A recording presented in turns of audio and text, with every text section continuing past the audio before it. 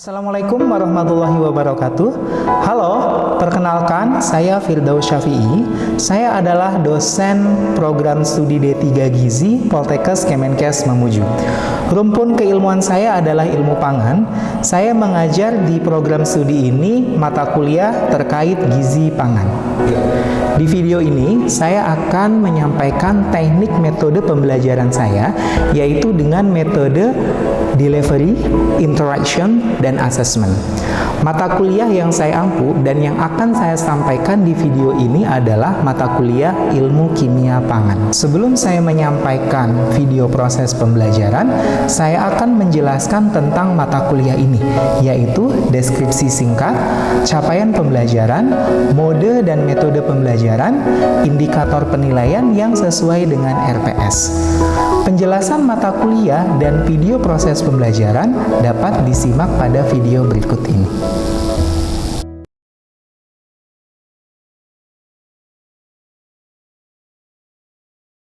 Mata kuliah ilmu kimia pangan ini merupakan mata kuliah yang diampu oleh program studi D3 Gizi Poltekkes Kemenkes Mamuju, di mana kodenya adalah Gizi 203 2 SKS. Mata kuliah ini membahas tentang konsep dasar kimia pangan yang meliputi kimia air, karbohidrat, protein, lemak, vitamin, mineral, juga membahas tentang senyawa toksin dan senyawa bioaktif. Mata kuliah ini juga membahas tentang prinsip analisa dan aplikasinya di bidang gizi dan kesehatan. Capaian pembelajarannya, di sini capaian pembelajaran lulusan yang dibebankan pada mata kuliah ini adalah pengetahuan. Dari P3, ini pada akhir program studi, mahasiswa diharapkan menguasai di bidang ilmu gizi pangan. Untuk capaian pembelajaran mata kuliahnya, mahasiswa pada akhir perkuliahan harus mampu menjelaskan peran kimia pada ilmu gizi, menjelaskan jenis dan klasifikasi senyawa kimia pada pangan, baik senyawa yang gizi atau senyawa non-gizi, menjelaskan prinsip dasar dalam analisis kimia pada pangan, menjelaskan karakteristik fisikokimia zat gizi, dan dapat menjelaskan pengaruh proses pengolahan pada kandungan zat gizi. Dari CPMK ini diturunkan ke sub CPMK. Masing-masing sub CPMK ini akan saya jelaskan dalam perkuliahan selama 16 pertemuan. Untuk bahan kajiannya, ini bisa pustakanya, ada bahan ajar saya, modul ajar saya yang saya tulis, dan ada juga buku-buku lain yang bisa dibeli secara online ataupun offline. Untuk pustaka pendukungnya bisa berasal dari berbagai jurnal yang bisa di-download di platform Garuda Kemendikbud dan juga Science Direct, yang mana Poltekkes Kemenkes, salah satunya Poltekkes Mamuju, ini sudah berlangganan, sehingga kita bisa akses dan download jurnal secara gratis. Untuk sistem pembelajarannya yang akan saya sampaikan di sini adalah secara sinkronus, baik secara tatap muka langsung atau secara luring di kelas ataupun tatap maya daring biasanya menggunakan aplikasi Zoom Meeting. Metode pembelajaran yang saya lakukan adalah ceramah tanya jawab dan juga dilakukan metode kooperatif dan kolaboratif learning. Bentuk pembelajarannya di kelas ataupun secara maya ini dilakukan secara kuliah karena 2 SKS, jadi 1 kali 50 menit untuk satu pertemuan. Untuk penugasannya, mahasiswa dilakukan belajar mandiri dan penugasan terstruktur. Untuk belajar mandiri, selama satu pertemuan 2 kali 60 menit, mahasiswa diharuskan membaca modul ajar dan mengerjakan latihan soalnya. Untuk penugasan terstruktur, mahasiswa membuat resume jurnal terkait mata kuliah kimia pangan dan gizi. Bagaimana indikator penilaiannya? Jadi dalam indikator penilaian ini ada teknik dan kriteria. Untuk tekniknya ada 3, ada partisipasi, ada kuis, ada tugas. Bagaimana kriterianya? Yang pertama adalah partisipasi. Kriterianya berdasarkan rubrik penilaian partisipasi mahasiswa. Jadi dalam rubrik ini kriterianya terkait mahasiswa ini harus mampu dalam penguasaan materi, keaktifan di kelas, bagaimana kemampuan dalam mengajukan pertanyaan, ataupun kemampuan dalam menjawab pertanyaan. Untuk memfasilitasi interaksi antara dosen dan mahasiswa, saya juga menggunakan Slido ataupun Mentimeter. Untuk kriteria selanjutnya adalah kuis. Jadi di sini untuk mengukur kemampuan mahasiswa dalam memahami dan menjelaskan masing-masing dari setiap sub CPMK. Kriterianya berdasarkan jumlah jawaban atau presentasi jawaban yang benar. Kuis dilaksanakan menggunakan aplikasi. Yang saya gunakan di sini adalah Socrative yang bisa di-download secara gratis di Play Store atau App Store. Jika sudah di-download, tampilannya seperti ini. Saya membuat room, jadi mahasiswanya nanti akan masuk ke room ini dan soal bisa diakses dan hasilnya pun bisa langsung dilihat. Kriteria selanjutnya yaitu penugasan. Penugasan ini kriterianya berdasarkan rubrik tabel rencana penugasan terstruktur, di mana untuk indikatornya sudah tertuang dalam rubrik. Untuk tugasnya ini dikumpul di Virtual Learning Center Poltekkes Kemenkes Mamuju atau PILEK. Setiap mahasiswa sudah memiliki username dan password. Nah, tinggal masuk dan unggah tugasnya. Jika masih bingung, mahasiswa di sini bisa membuka channel YouTube saya terkait bagaimana cara mengunggah tugas di PILEK. Bagaimana cara mengukur capaian pembelajarannya? Nah, di sini ada matriksnya. Jadi, hasil asesmen untuk mengukur capaian pembelajarannya ini berdasarkan dari total sub CPMK. Ya, dari partisipasi, kuis, dan laporan ini, dari total sub CPMK selama total pertemuan, ini dikatakan capaian pembelajarannya ini bisa tercapai kalau batas minimumnya adalah 70. Itulah penjelasan terkait mata kuliah ilmu kimia pangan. Assalamualaikum warahmatullahi wabarakatuh. Waalaikumsalam warahmatullahi Oke, wabarakatuh. apa kabar semuanya? Baik, Pak. Oke, alhamdulillah ya, dan harus tetap semangat. Oke, sebelum pembelajaran kita mulai, alangkah baiknya kita buka dulu dengan berdoa. Saya persilakan untuk Rizka untuk memimpin doa. Baik, Pak. Terima kasih. Assalamualaikum warahmatullahi wabarakatuh. Sebelum memulai perkuliahan kita hari ini, ada baiknya kita membaca doa terlebih dahulu. Marilah kita membaca doa sesuai dengan agama dan keyakinan kita masing-masing. Berdoa dimulai. Berdoa selesai. Oke, terima kasih Rizka. Baik, langsung saja ya. Jadi di mata kuliah ilmu kimia pangan, untuk pertemuan hari ini, kita akan membahas kimia karbohidrat. Untuk capaian pembelajarannya, jadi di akhir perkuliahan ini, kalian harus bisa menjelaskan konsep karbohidrat secara kimia pada pangan. Indikatornya apa saja? Indikatornya yang pertama harus mampu menjelaskan definisi, struktur kimia, dan tata nama dari karbohidrat. Harus mampu menjelaskan penggolongan dan klasifikasi karbohidrat secara kimia pangan, mampu menjelaskan contoh-contoh karbohidrat dalam pangan dan aplikasinya pada kesehatan, dan mampu menjelaskan prinsip analisis karbohidrat secara kimia pangan. Nah, apa sih sebenarnya karbohidrat? Kalian kan sudah ambil tuh ya di mata kuliah ilmu pangan, ilmu gizi dasar tentang karbohidrat. Nah, saya pengen tahu dulu nih sejauh mana kalian tahu tentang karbohidrat.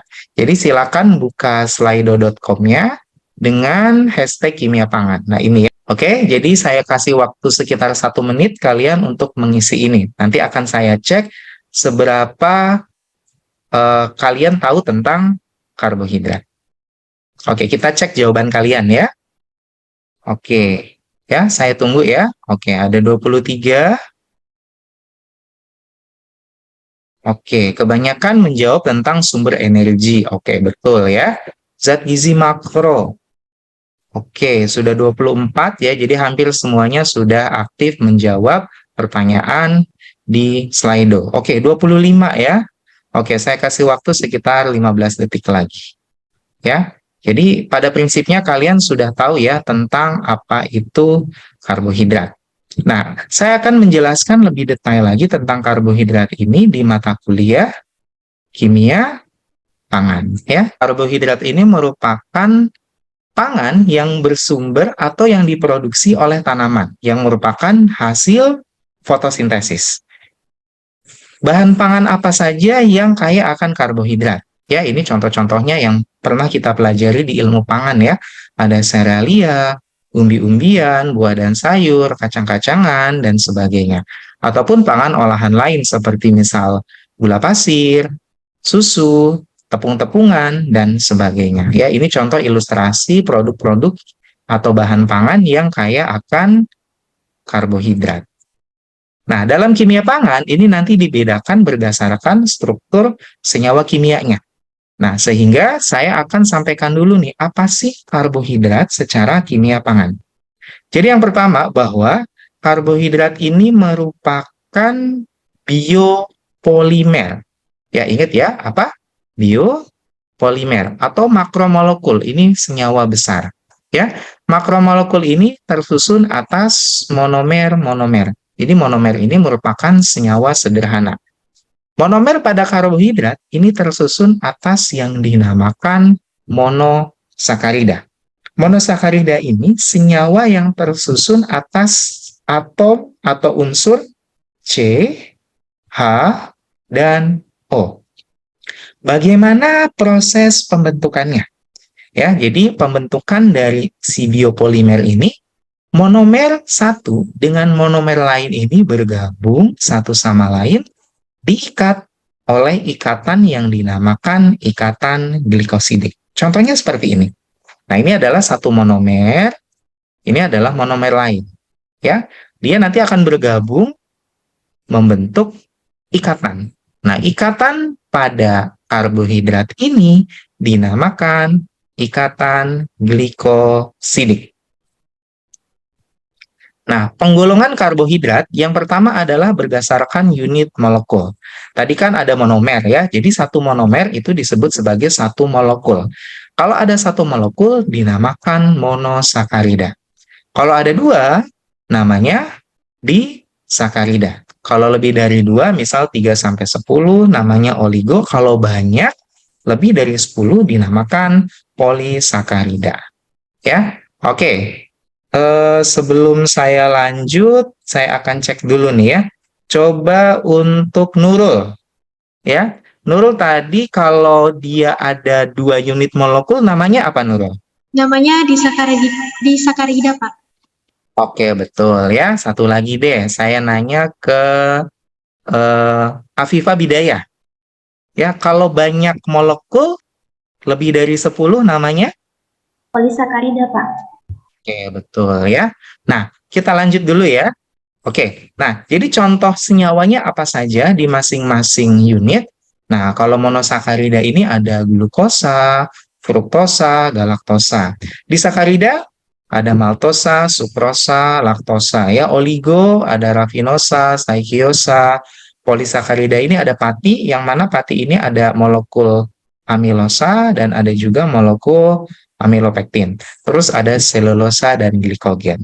Nah, nanti ke depannya kita akan belajar masing-masing struktur molekul dan sifat-sifatnya. Ya. Oke, sebelum saya lanjut untuk memahami dari penggolongan karbohidrat ini, coba Azahra. Ya, tadi contoh dari monosakarida apa Azahra? Untuk monosakarida ada glukosa, fruktosa, dan galaktosa. Oke, betul ya. Oke, ini satu molekul. Ya, jadi kalau satu molekul dinamakan apa? Monosakarida. Ya, betul, monosakarida ya. Oke, jadi ini ada glukosa contohnya ya. Nah, kok glukosa ada 2? Nah, di sini ada alfa, ada beta. Cara membedakannya nanti akan saya sampaikan. Untuk kali ini lebih gampangnya gini aja. Nah, kalau dia OH yang ngikat karbon utamanya posisinya ke bawah, itu dinamakan alfa. Kalau OH-nya yang diikat oleh karbon utamanya dia ke atas, namanya beta. Coba ya lihat ilustrasi videonya. Nah, tuh, kalau ini tangannya ke bawah, berarti alfa. Kalau ini tangannya ke atas, dia beta, gitu ya. Oke, kita lanjut lagi contoh-contohnya. Nah, ini nih, ya, alfa, ingat aja ya, alfa itu ke bawah, beta itu ke atas. Oke, kita lanjut contoh-contoh yang lain. Nah, ini ada fruktosa ya. Fruktosa juga 1 unit, berarti dia monosakarida. Ada juga galaktosa.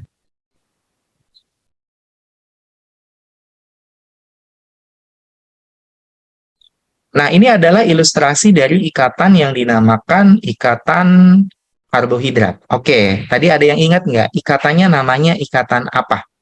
Coba Kak Nurul, ikatannya namanya ikatan apa? Ikatan glikosidik, Pak. Oke ya, ikatan glikosidik. Jadi ikatan glikosidik itu yang mana? Nah, yang ini nih. Ya, jadi antara mono satu dengan mono lain gabung. Nah, ini nih yang dinamakan ikatan glikosidik. Karena di sini 1 dan 1 ada 2 gabung. Ya, nah 2 molekul yang jadi 1 ini dinamakan disakarida. Nah, seperti ini ilustrasinya ya. Ini adalah contoh dari disakarida. Contoh disakarida apa? Contohnya ini ada maltosa. Nah, ini namanya ikatan glikosidik.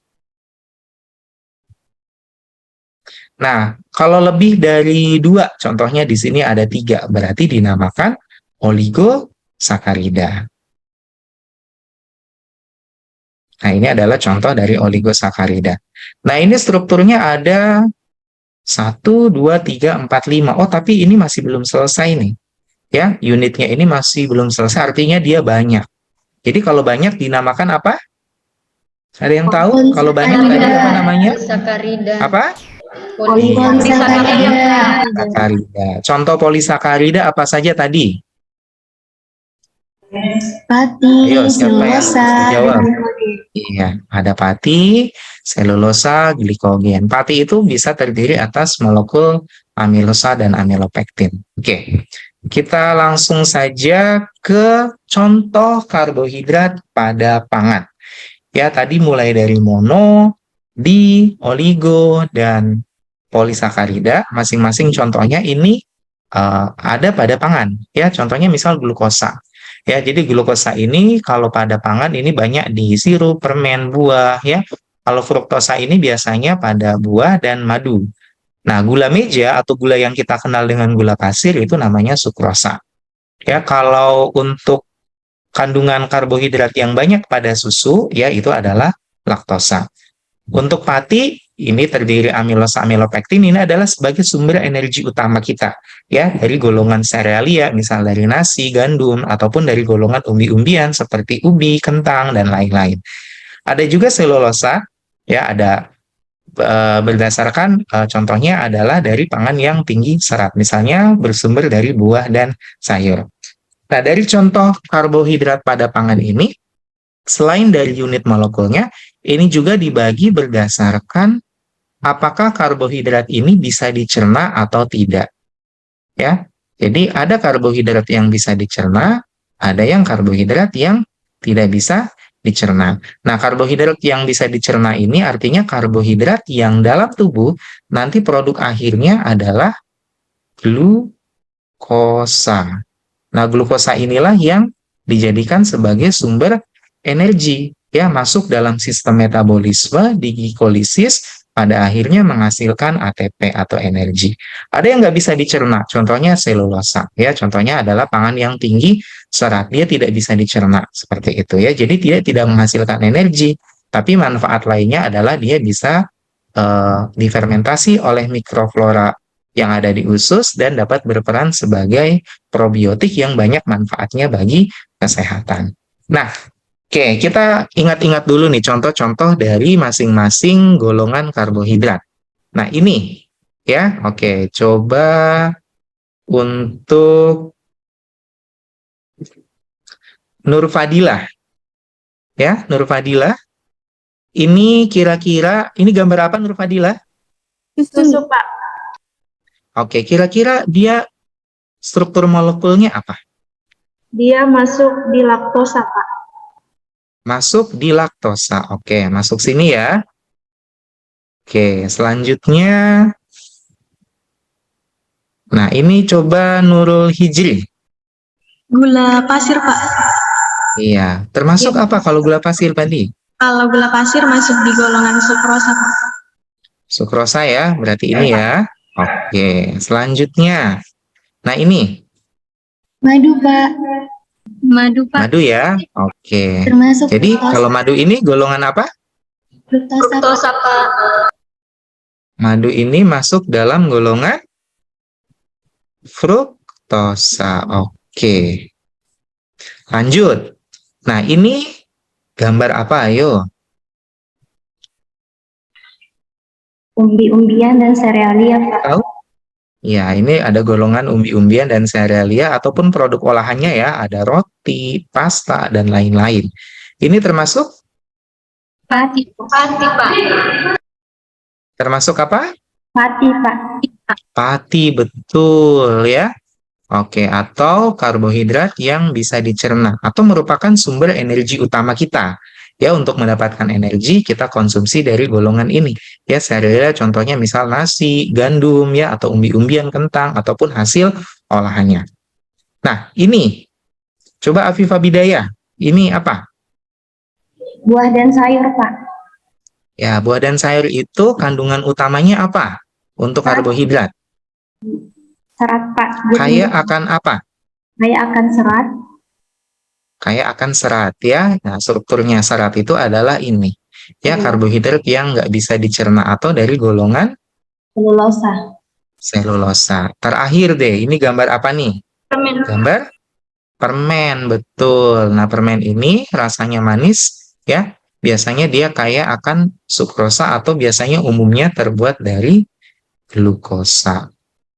Oke, itu ya. Itu adalah contoh-contoh dari golongan karbohidrat berdasarkan unit molekulnya. Oke, sampai di sini ada yang mau ditanyakan dulu? Silakan. Saya Pak ingin bertanya. Baik, Assalamualaikum Pak. Perkenalkan nama saya Geni Versa. Saya ingin bertanya Pak, Ya, waalaikumsalam. apa perbedaan alfa dan beta dan bagaimana aplikasinya bagi metabolisme atau bagi kesehatan Pak? Terima kasih Pak. Oke. Baik, terima kasih atas pertanyaannya. Oke, untuk membedakan struktur alfa dan beta, paling mudah ini kita kasih contohnya adalah dari struktur pati dan selulosa. Jadi pati dan selulosa ini merupakan polisakarida ya. Kita lihat strukturnya. Untuk pati itu tersusun atas amilosa dan amilopektin. Sedangkan untuk selulosa ya ini strukturnya ya. Persamaannya di sini adalah sama-sama polisakarida dan sama-sama disusun atas monomer yang sama, yaitu glukosa. Jadi ini adalah masing-masing strukturnya adalah struktur glukosa. Bedanya apa? Nah, ini bedanya tadi ya. Kalau pati, ini ikatannya alfa, sedangkan kalau selulosa ikatannya beta. Ya. Nah, kita lihat nih ya, kalau alfa ini berarti dia ke bawah. Pati ini disusun diikat oleh ikatan glikosidik yaitu alfa 14, sedangkan kalau selulosa ini beta 14. Nah, bagaimana aplikasinya pada metabolisme? Ya. Jadi kita kan kalau mau makan ya biasanya untuk sebagai sumber energi ini berasal dari golongan pati ya untuk menghasilkan energi. Nah, kenapa biasanya dari pati? Karena dalam sistem pencernaan kita itu punya enzim yang namanya alfa amilase, di mana enzim ini dapat memecah ikatan alfa 14 ini. Ya, jadi ikatan-ikatan yang ada pada amilosa atau amilopektin ini bisa dipecah oleh enzim yang dinamakan alfa amilase. Dan pada akhirnya ya melalui berbagai banyak proses, ini makanan yang bersumber pati ini akan menghasilkan glukosa.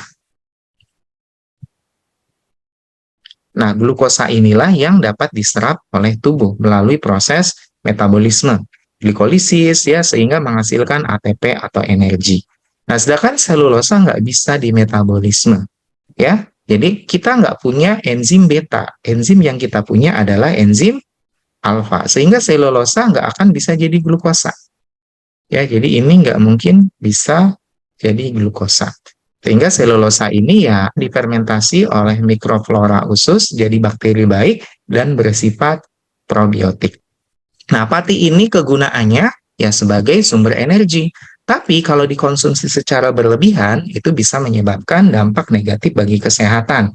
Contohnya misal kalau berlebih mengkonsumsi makanan yang tinggi akan pati atau glukosa, itu bisa menyebabkan obesitas atau dapat meningkatkan kadar gula dalam darah. Contohnya misal kita mengkonsumsi banyak glukosa atau makanan kadar patinya tinggi ya, contohnya misal kayak nasi dan sebagainya.